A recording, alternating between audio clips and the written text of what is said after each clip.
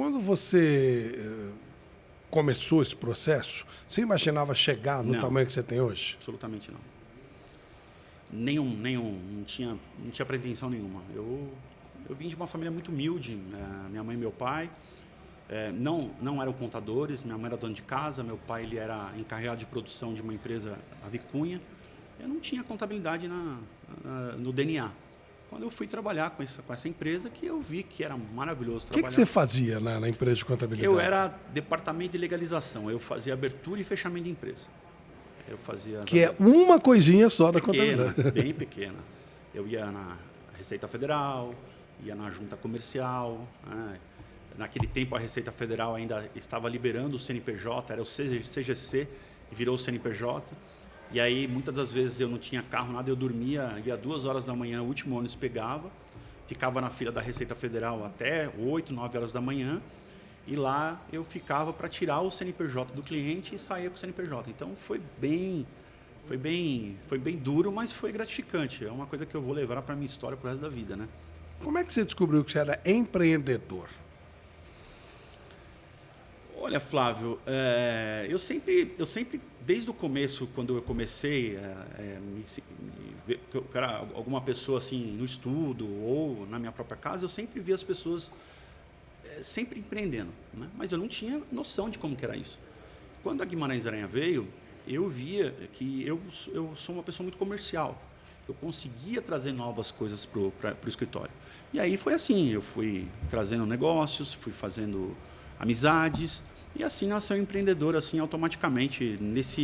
Mas a pretensão não era ser empreendedor, a pretensão era ter aquele cliente que era o primeiro, e seja que Deus quiser. E as coisas foram acontecendo, com um trabalho sério, colocando tudo, as coisas direitinho, fazendo tudo conforme a legislação, e assim a gente foi fazendo.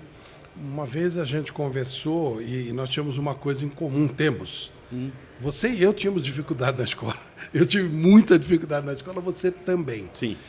Na minha época, que eu sou mais velho que você, obviamente, nunca, e hoje também acho que não se ensina a empreender na escola. Não. E ser empreendedor é uma profissão, e é uma profissão maravilhosa. Se bem aprendida, como você conseguiu, ela muda a sua vida. Muda. Não seria o momento de se começar a ensinar as pessoas a serem empreendedoras, transformar isso numa profissão e não ter que ser uma descoberta como você descobriu por acaso? Pode. Eu acho que tem muitas pessoas que querem empreender, só que não sabem. Muitas pessoas têm a vontade de crescer e não sabem como fazer isso. E fazer de forma desordenada. Então, se a gente puder ajudar essas pessoas a trabalharem, fazer as coisas com empreendedorismo correto, com foco, isso vai ser legal. Eu já pensei algumas vezes nisso, de poder ajudar as pessoas. Porque eu fui uma pessoa assim, que eu não imaginava que ia ser empreendedor. Você aprendeu meio na marra, né? Foi na marra. Foi na marra, acordando de madrugada, indo para a Receita Federal, fazendo contato aqui, contato ali, né? E eu devo muito ao senhor Flávio Prado, que me ajudou bastante quando a gente fez um coach, que ele me colocou, falou, olha, você tem que ser empreendedor mais ainda, você tem que sair do operacional e ser um empreendedor. E assim as coisas começaram a acontecer. Mas, Anderson, você fala assim, eu sou um comercial, você é o homem da venda. Sim. O empreendedorismo, ele passa, obviamente, por venda. E depois, você consegue um cliente, eu sempre olhando para aquele que está começando, o Anderson de lá e tal, que está naquele momento de perder o sono. Tá, você conseguiu um cliente. E aí? Então, você conseguir o cliente é o primeiro passo. Claro. O cliente, alguém tem que pagar a conta. Alguém tem que pagar. Ele pode sair do escritório hoje, amanhã. Você tem que trazer ele para a realidade, ele para trabalhar de acordo com tendo contato com ele, não só fazendo a contabilidade. Porque o que eu sentia muito dos contadores é que os contadores eles simplesmente deixam a empresa, colocam o CNPJ no sistema dele e as coisas vão sozinha. Não. O que a gente queria hoje, naquele meu tempo, é tratar o cliente diferente. É pegar o cliente, fazer um cliente que seja diferenciado, trazer para o escritório, cuidar dele do começo ao fim, ter um atendimento VIP com ele, trazer ele para perto. Então, tudo isso acabou virando...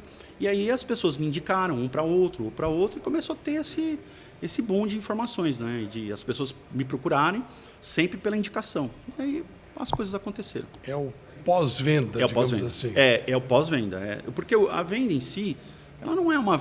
você pode vender para qualquer pessoa. Se você não tem o cliente ao seu lado e não tem um trabalho correto, você vai perder o cliente em 2 meses. Você pode perder o cliente muito mais rápido. Então, você tem que trazer o cliente para dentro da sua casa, dentro da sua empresa e cuidar como se fosse um filho teu. Esse cliente tem que ser cuidado de acordo, bonitinho, levar no colo, perguntar para ele o que precisa, o que não precisa, porque senão eu vou ser um contador igual ao outro. Eu preciso ser diferente. Eu não sou um empreendedor, não tenho uma empresa, não tenho a competência que você tem para fazer isso, mas gostaria de fazer isso. E quando você fala, tem que atender bem, tem que cuidar, tem que estar junto. Tem gente que não faz isso? Muitos contadores não fazem isso. Muitos Você contadores... está falando contador, mas poderia ser qualquer profissão. Qualquer pessoa. Eu acho que qualquer pessoa. Eu acho que eu me equivoquei. O contador em qualquer ramo. Tem pessoas que trazem um cliente e eles esquecem do cliente. Né? Então, é um cliente que vai estar ali, mas eles vão atrás de clientes novos e esquecem o que tem dentro. Só que, para mim, é importante quem está dentro da minha empresa. Quem está lá me ajudando, me patrocinando, teoricamente. Esse que é o importante. E aí, ele vai me trazer clientes novos. Eu não preciso bater na porta do cliente, de um cliente novo e trazer. Não, é organicamente. Esse cliente, que é o meu cliente, ele vai ver que eu faço um trabalho legal, bem certinho, e ele vai me indicar assim, as coisas vão acontecendo. E esse empreendedor, de novo, independentemente de qual for a área, a sua esposa eu sei que fica o tempo inteiro lá dentro. Minha esposa ela é muito técnica, né? Ela é advogada, ela é contadora. Então, desde o começo, se não fosse a Kátia, não seria absolutamente nada. Porque eu não tenho a parte técnica, né? Mas ela tem a parte técnica muito boa. Então, a Kátia ela é a pessoa que fica dentro do escritório, que cuida dos funcionários, que toma conta de todos. Eu faço a parte comercial, eu vou atrás, eu fico com o cliente do meu lado sempre. É isso que eu preciso. A história de o boi só engorda na frente do dono é verdade, então. Exatamente. Ela sim. está lá, ela está Ela tem que lá tá o tempo sim, inteiro. Ela está 100% lá. Minha mulher é meu braço direito, né? Eu sou o que sou hoje graças à minha esposa. A minha esposa que, no começo do nosso relacionamento, ela que me trouxe, ela que ficou do meu lado. Então, a gente cresceu junto. Então, hoje, uma parceria assim... A gente fala de sociedade. Uma sociedade com um com o outro é sempre complicado. Mas eu tenho uma sociedade sadia com a minha esposa. Só que eu amo, que é a pessoa que está do meu lado e administra nossa empresa junto.